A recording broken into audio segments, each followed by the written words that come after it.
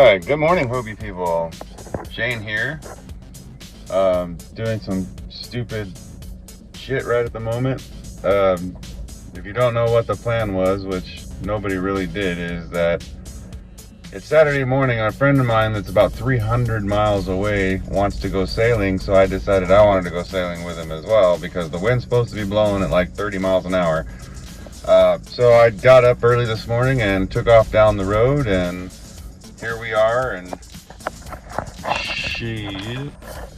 shithole Baker, California. About another hour and a half to go to get there. Should be there by about 8 o'clock. And I guess we'll see what happens.